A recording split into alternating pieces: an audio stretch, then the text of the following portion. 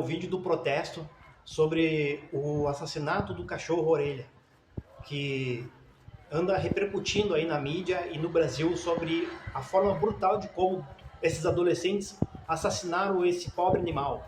E um tema que voltou em pauta foi sobre a redução da maioridade penal.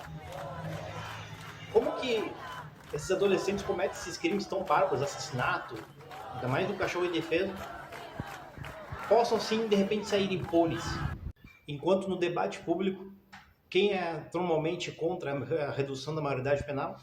É a esquerda, né? A esquerda que está sempre atrasando o lado da população.